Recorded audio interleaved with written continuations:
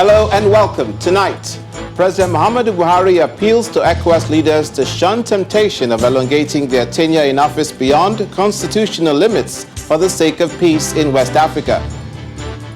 President Muhammadu Buhari defends removal of fuel subsidy and upward review of electricity tariffs, describes measures as far-reaching adjustments with long-term benefits for Nigerians. National Association of Resident Doctors embark on nationwide strike over government's failure to meet their welfare demands. Labour Minister calls for dialogue. And doctors in Berlin, the German capital, say Russian opposition leader Alexei Navalny is out of induced coma and his condition is improving. Plus, business, sports, and later from our studios in London. On business news tonight, Bayelsa State Government partners NIMASA on potential revenue generation through ongoing deep sea port development project in the state. On sports news tonight, Argentine forward Lionel Messi returns to training with FC Barcelona for the first time since requesting to leave the Catalan club in August.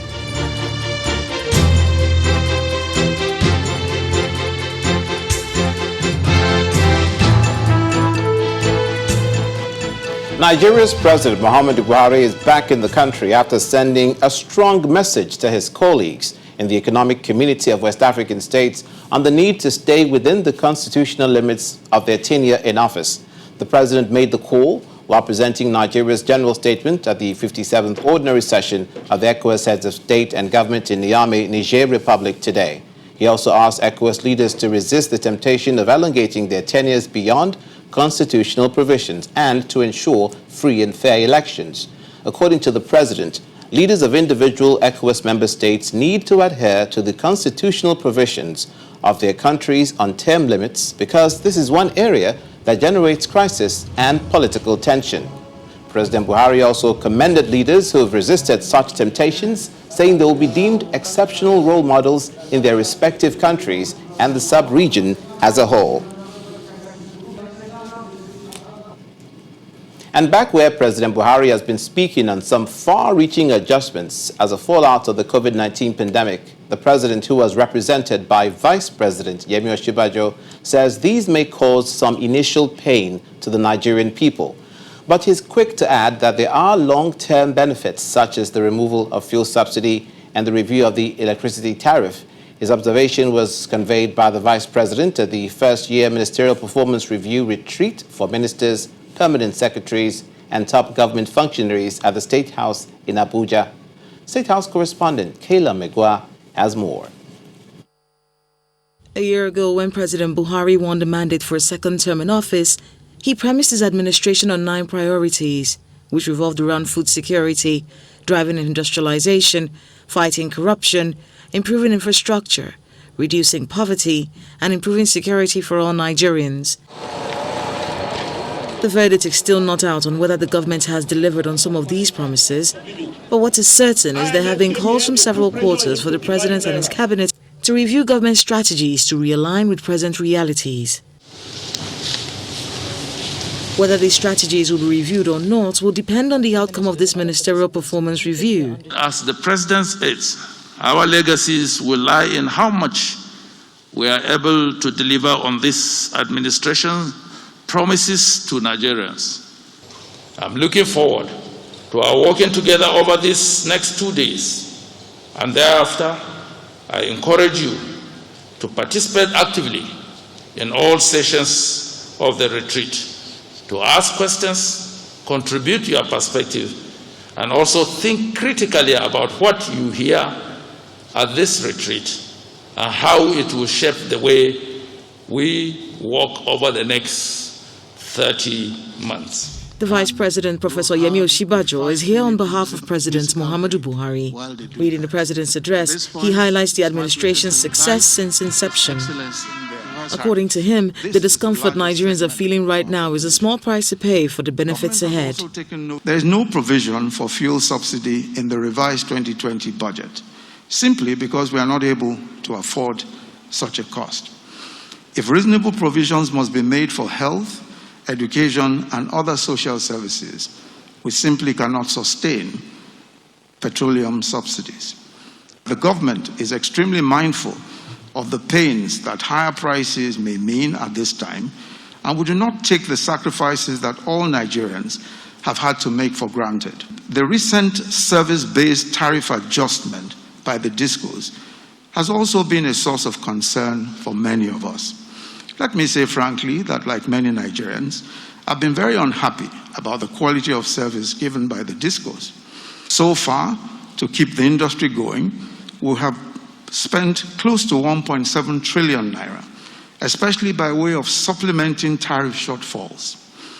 We simply do not have the resources at this point to continue in this way, and it will be grossly irresponsible to borrow to subsidize generation and distribution, which are both privatized.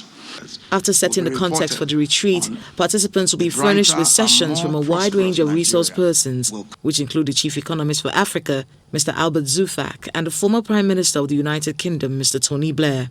This is a retreat the ministers have been asked to take seriously, bearing in mind that their collective efforts do not only impact Nigerians directly, but to find the legacy of the Buhari administration. From the State House in Abuja, Kayla Magwa, Channels Television News. And while the ministers began brainstorming, another storm has been brewing as resident doctors nationwide today embarked on a total indefinite strike. The doctors say they are resuming the strike that was suspended in June to give the federal government a chance to meet their demands. They claim the federal government has been slow in meeting some demands and not forthcoming in others, including implementation of the Residency Training Act and payment of COVID-19 allowances. It's a carefree atmosphere at the Lagos State University Teaching Hospital, Ikeja, in southwest Nigeria, as doctors relax and banter in their lounge.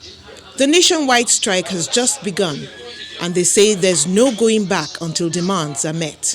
This is a strike at all levels of care. It's a yearly problem which has to do with salary disparity amongst doctors. So you find that especially between states and federal doctors. A similar scenario at the Lagos University Teaching Hospital gives a more national picture of the struggle. What we are agitating for was an agreement by the government to actually implement that Medical Residency Training Act. And the last of them all is the COVID-19 inducement allowance, which was paid to some centers, of which even in those centers, some individuals or some other individuals from all other health cadres did not get. Patients present themselves for medical treatment at the Federal Medical Center in Ogun State, but the doctors are conspicuously absent from their duty posts. The head of clinical services is concerned this might have dire implications for the fight against COVID-19. The COVID is still here with us, even though the curve is flattening gradually. We wanted this to be sustained. Parts of the Federal Medical Center, Owerri, Imo State, in southeast Nigeria, are deserted owing to the strike. According to the Medical and Dental Council, there are about 16,000 resident doctors on the National Register, constituting about 40% of the total workforce. Now that consultants and nurses must fill in for them, how long can care be sustained for the teeming patients here in Abuja, the nation's capital, where the strike began 6 days ahead of other institutions? Some say the percentage of resident doctors is even higher, like here in Taraba State. The less than 20% that will be on ground, definitely it will be a challenge for them. In Katsina State, the northwest region, over 300 resident doctors have downed tools. Work continues in Yobe State in the northeast, while doctors and patients alike wait for the results of an ongoing meeting of the professional body. When asked if those who work in isolation centers are exempted from the strike, the doctors say no such provision has been made. As always, It's a stalemate with patients' lives at stake and the public waiting to see who will blink first. Meanwhile, the Minister of Labour and Employment, Dr. Chris Ngige, is reconvening a conciliation meeting between NARD, the Federal Ministry of Health and Finance. According to the minister, the meeting is slated for 12 noon on Wednesday, September 9th at the conference room of the Honorable Minister in Abuja, with the Nigerian Medical Association expected to be in attendance. Dr. Ngige had earlier in a statement appealed to the union to embrace dialogue to resolve the outstanding issues. He explained that even with the lean resources due to the COVID-19 effects on oil output and price, the federal government had addressed the majority of their demands. And now to politics, where the Inspector General of Police has assured residents in Edo and Ondo states of adequate security during the upcoming governorship elections in their states. Mr. Mohammed Adamu gave his word on this during a meeting with the police squadron commanders in Abuja. While asking them to exhibit a high level of professionalism during the elections, he also warned politicians and the electorate against unwholesome acts. He promised that the police will guarantee a level playing field for everyone. The Edo governorship election is less than 2 weeks away, and the Inspector General of Police is concerned about the rising tension in the state. While meeting with squadron commanders who will likely be deployed to Edo and Ondo states ahead of the governorship elections, he charges them to play by the rules. I must warn you to ensure that you operate strictly within the dictates of the Electoral Act, exhibit high level of professionalism, be non-partisan, and embrace the civil orientation to the electorate. I strongly warn all political gladiators and the electorates in Edo and Ondo states to situate all their electioneering activities within the dictates of the rule of law. Later in the day, he receives the governor of Edo State, who presents a catalogue of the violence that has so far occurred since election campaigns commenced. He informs the IGP of apprehension in the state. One of the reasons why people or the citizens of Edo State are apprehensive is as a result of a number of cases of violence which has occurred in the last 6 weeks or so. There are some known individuals that are prone to violence in that state, and we've identified them, and I bet you we will not allow them to move freely and continue to unleash mayhem.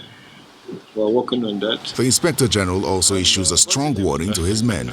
Any officer within us that decides to do otherwise, that officer will not be spared.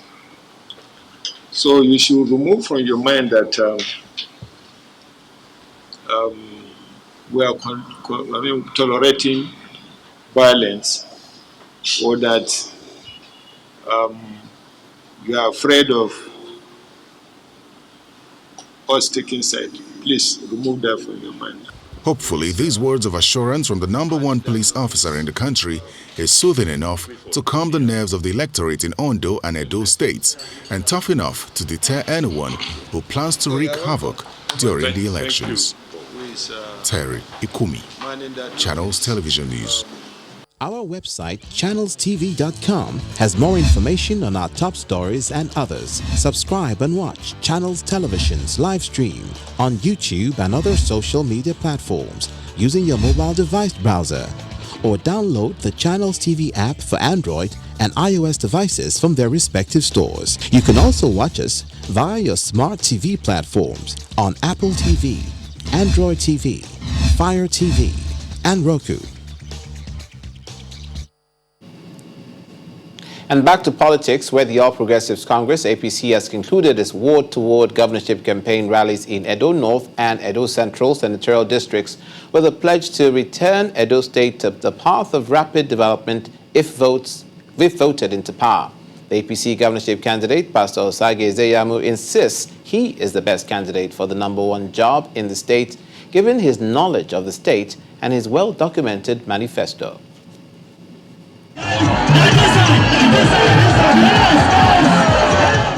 The excitement is palpable as Udaba community welcomes the Edo State APC governorship campaign team.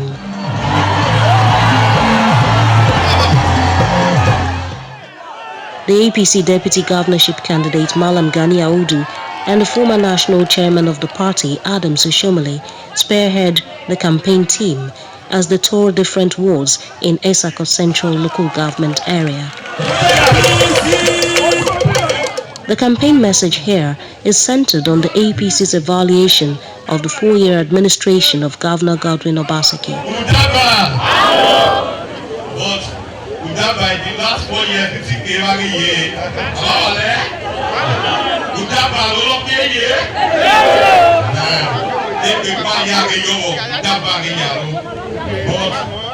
but on the 19th, Maya Naya.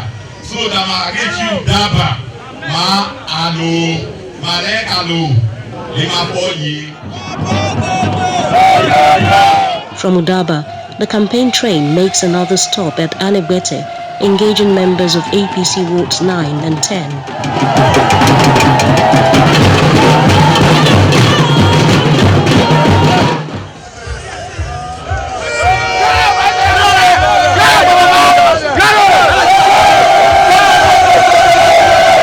From Edo North, the rally moves to Edo Central Senatorial District, where the APC governorship candidate Pastor Usagi Izeyamu joins the team in Ogwa Town.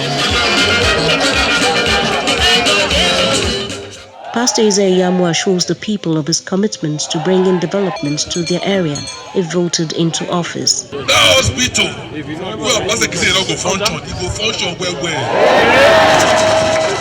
and we must create job for people of Ewoibi.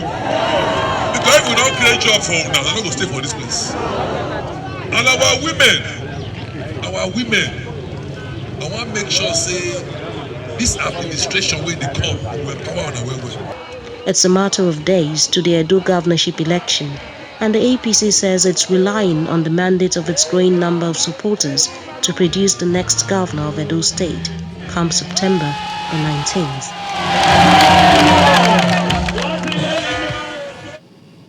Meanwhile, the People's Democratic Party in Edo State is advising the electorate against trusting the APC's simple agenda manifesto, which it describes as unrealistic. The State Publicity Secretary of the PDP also warned the APC against contriving violence ahead of the election, insisting that the exercise is certain to hold on September the 19th.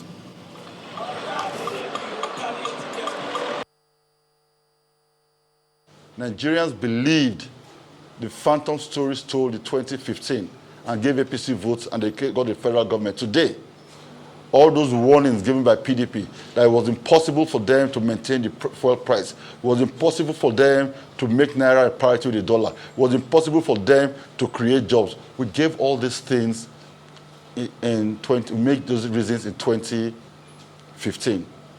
But APC bamboozled Nigerians with fairy tales. The same APC in Edo State today has come again with these kind of stories, talking about infrastructural development, talking about A, B, C, D, E. The question you should ask them is how? We have asked them at many fora, how do you intend to do this? Where are the resources coming from? How do you intend to prioritize? Instead of them telling us what to do or how they're going to do it, they go on a wild goose chase of talking about issues that are irrelevant to Edo people. Edo State PDP today want to make 2 points. One, they should stop contriving violence, because the elections will hold on the 19th, whether they like it or not, and they will be roundly defeated. Two, their simple agenda is not worth more than the Zimbabwean dollar, because we have heard them before in 2015, how they made promises. Today, we see what the promises has cost Nigeria. Poverty, unemployment, uncontrollable inflation, all sorts of negative indices they have created for Nigeria. They borrowed more money today than Nigeria ever borrowed before under the APC federal government. This is what the APC state government, if they come in, want to do, because they have no plan. The agenda, though simple, is not an agenda. Away from Edo State, there was some drama at the Ondo State House of Assembly earlier today when some men suspected to be thugs surrounded the premises. The men who arrived in various vehicles reportedly stormed the Assembly complex, to prevent some lawmakers earlier suspended over allegations of misconduct from resuming. Yesterday, we got it on reliable authority that the governor and the Speaker of the House has engaged the services of Idajo, the chairman, Ondo State chairman of NURT, and some other thugs and miscreants to come and disallow us from gaining entrance into the State House of Assembly after we have obtained a court judgment that nullified the purported suspension. They said they meted on some of us that dissociated ourselves from the purported impeachment of the deputy governor of the state. So we alerted all the security agencies of this move. This morning we just discovered, in line with the information we gathered yesterday, that these people, they carry out their threat as they carry out their mission as hard. I'm surprised that you said they took over the assembly. We invited them officially for a meeting on how the election will go free and fair. We want to synthesize them as a group, as a union, as a body, that we know they are very important during election. How did they say we call them for a meeting? And we are here now to start the meeting. They are not talk. Never, they are not here to invade the assembly or to intimidate anyone. The suspended acting chairman of the Economic and Financial Crimes Commission, Ibrahim Magu, has asked the probe panel investigating him to summon the Attorney General of the Federation so he can cross-examine him on the substance and credibility of his allegations. Mr. Magu's request is contained in a letter dated September 4th and addressed to the chairman of the Judicial Commission of Inquiry investigating him for alleged abuse of office and mismanagement of federal government recovered assets and finances. His lawyer, Wahab Shitu, applied for the issuance of a subpoena on Mr. Abubakar Malami to appear before the panel to give evidence concerning his memo to President Buhari in connection with the inquiry. Mr. Magu says he believes that in line with the fundamental principles of fair hearing, he is entitled to be confronted with copies of the allegations against him as well as the opportunity to confront his main accuser. Meanwhile, the traditional rulers from the northern part of the country are concerned about the lingering ethno-religious conflict in southern Kaduna. This is the focus of their meeting in the Kaduna State capital today, where they discussed issues affecting the region, particularly security and its socio-economic challenges. The meeting, chaired by the Sultan of Sokoto, Alhaji Saad Abubakar, also had in attendance the host governor, Nasir El-Rufai, and traditional rulers across the northern region. In his remarks, the Sultan described the southern Kaduna killings as total madness that must be stopped by all means. Everybody in Nigeria has been worried about this crisis, this lingering crisis. It's been lingering on for so many years. But I think it's time to put a stop to this madness. Because it's total madness, people killing people for not just reason, but due to political affiliation, ethnicity, religion, and who you are and where you come from. No state governments, either at state or federal or local government, at our own smaller levels, will condone this continuous mayhem, continuous murder of innocent people. Also on security, the military says it's continued its onslaught against Boko Haram insurgents terrorizing the northeastern state of Borno, with the latest hits recorded in Goza local government area. The Defense Director of Media Operations, Major General John Eneche, says troops of 192 Battalion, supported by the Air Task Force of Operation Lafia Dole, raided the location yesterday, killing 5 of the terrorists, while others escaped with gunshot wounds. He explains that troops also cleared 9 identified isolated Boko Haram terrorist structures and farmland in the area and rescued 7 kidnapped victims, comprising 2 females and 5 children. When the news at 10 returns, Bayelsa State government partners with the Nigerian Maritime Administration and Safety Agency, NIMASA, on the potentials from its deep sea port project. That's on Business News. Do join us again.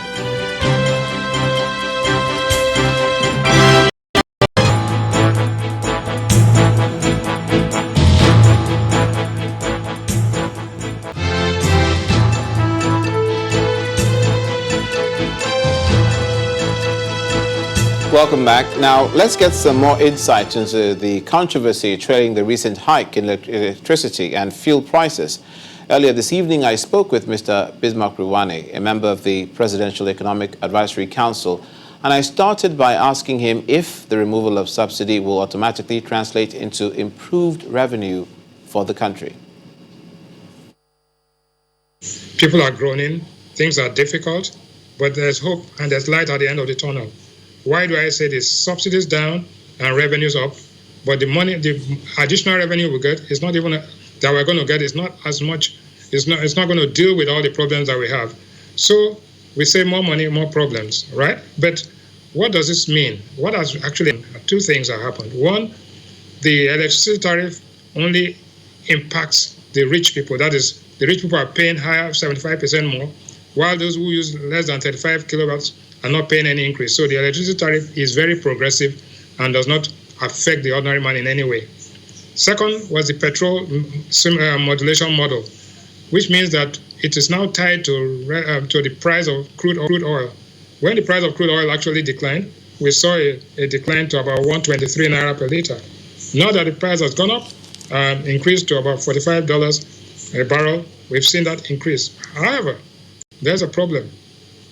When you look at across West Africa, Nigeria is paying 43 cents a liter compared to 114% less than its neighbors are having. And this actually is an inducement for what I call smuggling. Nigeria has been called a smuggler's paradise as far as this is concerned. Nigeria was using 60 million liters of refined products a day when people were smuggling it and smuggling it out. So this will partially address this problem, but let us see what's the impact of these things on the government. The government spends on, gets its revenue from petroleum profit tax, corporate income tax, VAT, and also from custom duty. But on the other hand, it spends on debt service, salaries, that is personnel, overhead, and subsidies. If you take away subsidies, you actually reduce the amount of money that the government spent. And even though subsidies were not in the budget of 2020, the deficit, if we pay subsidies, which is unaffordable and unsustainable, we will increase our deficit and we have to go borrowing. Inflation is increasing, unemployment is increasing. However, what we say, no pain, no gain. We have to deal with this problem once and for all. And when you do this, the GDP of this country is about $420 billion. One of the biggest part of it is consumption. But consumption drives investment. However, as long as you control prices, investors will not come into these sectors. So if you deregulate the price, then people will invest. Dangote is already investing heavily in this sector, becoming the hub, refining hub for the whole of West Africa. If you increase investment, the linkage effect, the multiplier effect of investment has a multiplier effect, and linkages on the what I can call the other sectors will drag it along.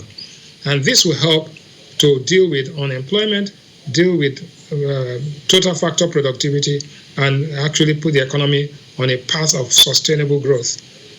Right now, we don't have that. And so this is one of the painful but difficult decisions that we have to make so that we will be aligned with the rest of the world like we did in, in the telecoms.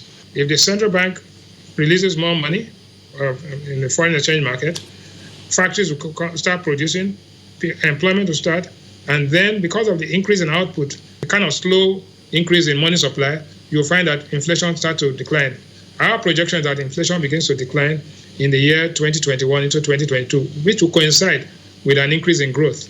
So the pandemic is not an excuse for where we are, because Nigeria's structural defects were in existence. In other words, we had pre-existing conditions, right? Structural defects in Nigeria before the pandemic only made things worse. So the opportunity now is that the economists are advising the government to say, look, you use this opportunity to deal with the structural problems as well as dealing with the operational problems. And the outlook, the important thing is the outlook tomorrow and in the future. Right now, inflation will increase naturally to about 13%, but productivity will also increase. So the increase in productivity will probably outweigh the increase in inflation. 1. 2, disposable income will drop by about 3%, which means about $12 billion in the short run. In the long run, disposable income will increase as productivity increases. Then the external reserves will drop because the central bank is going to have to release money to keep the factories going. But luckily, we had projected in the revised budget, we used a price of $28 a barrel. Today, we are at $41 a barrel. So the revenue picture is not as bad as it was in the second quarter. So the government has been very conservative and prudent, but then as we get more cash flow, the government will be able to deal with those key things that will have an impact on the people. Finally, we think that the World Bank and others will disburse monies under the power sector reform, and that will drive other things and make us more creditworthy, more productive, and definitely 2021 will be a better year than 2020 when we have taken all the hard decisions. We made some hard decisions, and the impact will be felt in the future. We certainly hope so. Thank you so much for your time, Mr. Rewani. Thank you for having me. To an incident in Niger State, at least 49 shops, 4 residential houses, as well as vehicles have been razed by fire at Lambata in Gurara local government area of Niger State following a tanker explosion in the area. The explosion occurred in the late hours of Sunday after the tanker laden with petrol collided with a trailer. The tanker driver is said to have lost control and rammed into the trailer. The collision resulted in an explosion, which in turn set ablaze the shops and houses by the roadside. This is what is left of the deadly accident which occurred at Lambata area of Niger State on Sunday night. According to eyewitness reports, a yet-to-be-identified driver of a petrol-laden tanker lost control and rammed into a trailer parked by the roadside, loaded with rice husk.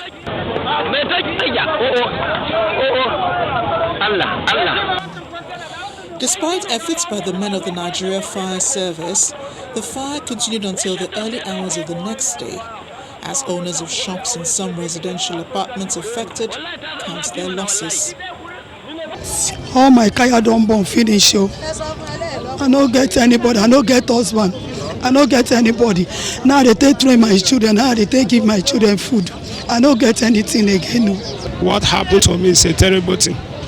It's what I can never recover it till I die. That's the truth. But some are still grateful that no human life was lost. It will be hard to see such type of accident happen and you will not see the loss of the life. But thank God there's no single loss of life in this side. Officials from both the National and State Emergency Management Agency are here to ascertain the level of damage. About 49 shops are involved, 4 residential houses, 16 rooms. The 2 trucks that are involved, we have 2 motorcycles that got burnt. And so far, we thank God, there's no casualty recorded. In 2004, a similar incident occurred on the same spot, and at least 4 lives were lost then. The chairman of Gurara Local Government Council believes the latest incident is a call on both residents and drivers of heavy-duty vehicles to abide by laws prohibiting indiscriminate parking. We have been consistent on seeing that there should be no parking on the road. But they even protested that they want the trailers to be parking on the road. Now I think it's their own choice to make sure that the trailers park in the parking where we have provided for the trailers to park. Meanwhile, Governor Abubakar Bello, in a statement issued by his chief press secretary, has commiserated with the victims of the tank explosion. describing the incident as unfortunate. Time for business news now. Here's Anne Nwawodo to bring us up to speed.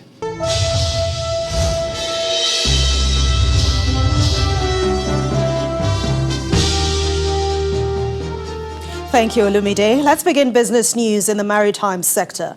Bayelsa State Governor Doye Diri has called on the Director General of the Nigerian Maritime Administration and Safety Agency, NIMASA, to partner with the state in the area of training of youths, maritime safety, maritime academy, and the deep sea port currently being developed in Bayelsa State.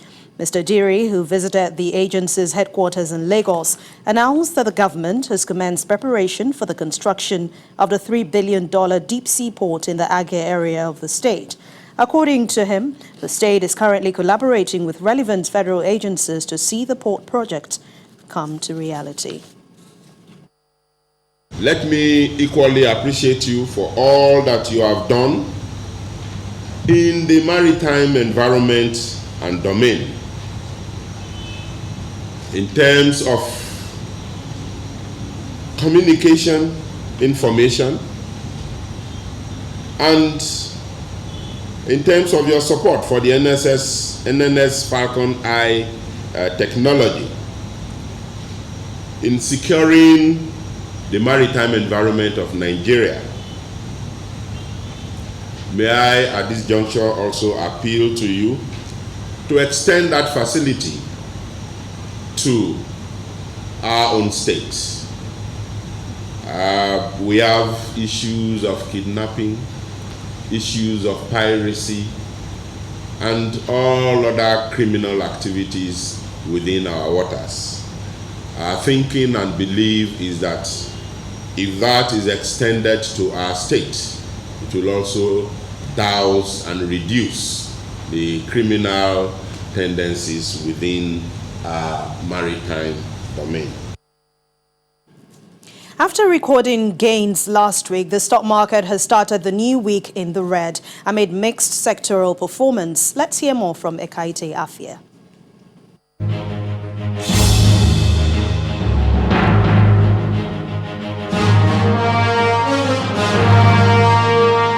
Thanks for joining us for the Stock Market Report.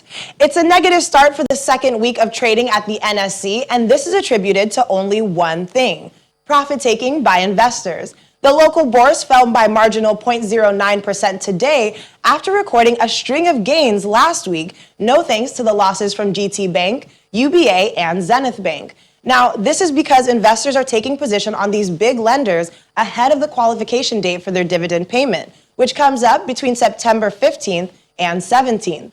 So the impact is very evident on the banking sector index, which dropped by 0.70%, while profit-taking on Dangote Sugar largely affected the consumer goods counter. And all of these contributed to the 13 billion naira drop in the market's overall value, which currently stands at 13.345 trillion naira. However, traders say the market's performance is quite satisfactory for a Monday session, and fundamentals are still favorable for investors to increase their interest in equities, as you can see in the volume of transactions carried out today. For now, we can only keep our fingers crossed and look forward to the outcome in Tuesday's trading session. That's all for the Stock Market Report today. I'm Ekaite Afia. And that's business news tonight. Thank you for watching. I'm Anne Nwawodo. It's back to you, Lumide. On the foreign scene, doctors at the Charité Hospital in Berlin, where the Russian opposition leader Alexei Navalny is being treated, say he is now out of an induced coma and his condition has improved. He's been weaned off medical ventilation and is responding to verbal stimuli. Last week, doctors said a Novichok nerve agent was used to poison him. He had to be flown to Germany for treatment. Here's Simon Pusey with more international news and around the world in 5. Good evening and welcome to the Channel Studios here in London with your international news around the world in 5. India has overtaken Brazil in the number of coronavirus infections recorded and now has the world's second highest tally, behind only the US. Only 5 of India's states are responsible for more than half of the country's virus caseload, but all of them have been reopening since June, and any further lockdowns seem unlikely. Experts believe that economic difficulties have left the government with no choice, while a relatively low death rate has kept panic at bay. Meanwhile, South Africa has dropped 2 places to 7th among countries with the highest number of virus cases globally, as new infections have continued to decrease. But the health minister has warned that the country is not over the worst yet, fearing that there could be a resurgence. Australia has said it will secure almost 85 million doses of a coronavirus vaccine if 2 promising trials prove successful. Prime Minister Scott Morrison has said the deals would allow free doses to be rolled out in 2021 if they were approved for use, but there are no guarantees. Today we take another significant step to protect the health of Australians against the coronavirus pandemic. A $1.7 billion agreement for the supply and production of more than 80 million vaccine doses. Unidentified masked men have detained a leading opposition figure in Belarus, according to local media. Witnesses reportedly saw Maria Kolesniokova being bundled into a minibus in Minsk and driven away. She was one of 3 women who joined forces ahead of August's presidential election to challenge incumbent Alexander Lukashenko. Mass unrest has followed his re-election amid allegations of vote rigging. The Interior Ministry has said it detained 633 people on Sunday after a 4th consecutive week of protests. Hong Kong police have come under fire after footage of officers tackling a 12-year-old girl to the ground near a pro-democracy protest has gone viral. Police said the girl took part in an illegal gathering and officers used minimum force after she ran away in a suspicious manner. But the girl's family said she was simply out to buy school supplies and became scared when confronted by police. Nearly 300 people were arrested at Sunday's demonstration. The protests came after the government announced its decision to postpone legislative elections by a year.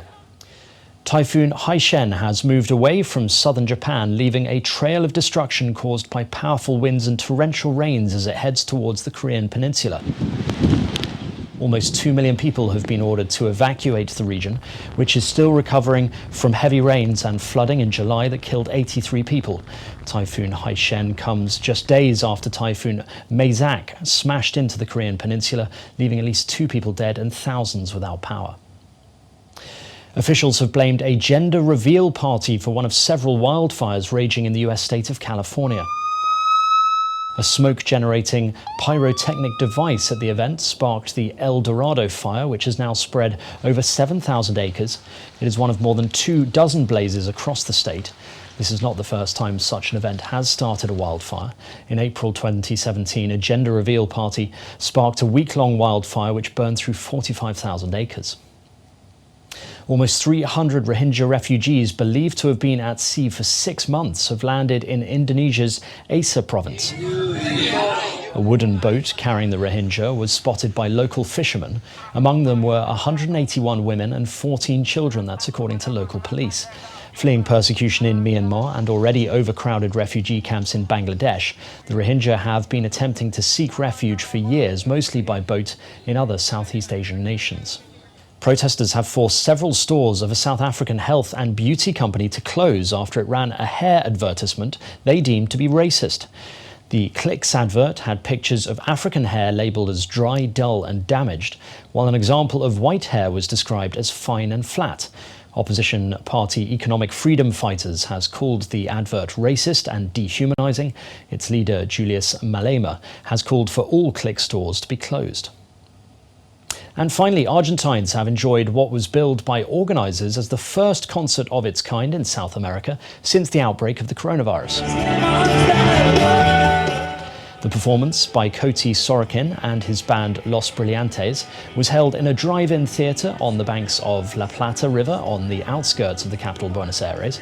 The hour-and-a-half-long concert saw applause replaced by car horns and the glow of cell phones replaced by the blaze of headlights as people inside 60 cars enjoyed the show.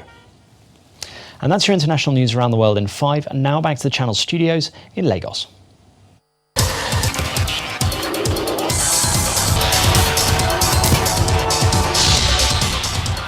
American tennis star Serena Williams is into the quarterfinals with an immensely hard-fought 6-3, 6-7, 6-3 victory over Maria Sakkari.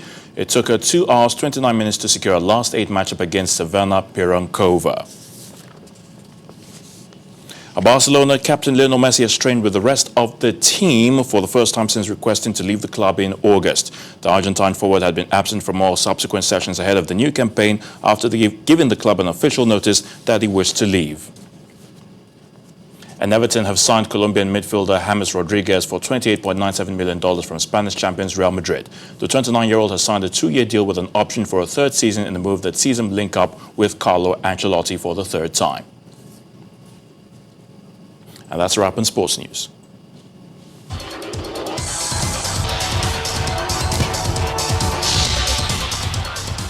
Thank you, Ayo. And the main news again. President Muhammadu Buhari today defended the removal of fuel subsidy and the upward review of electricity tariffs. He describes the measure as a far-reaching adjustment that may cause some hardship for Nigerians at the moment, but with long-term benefits.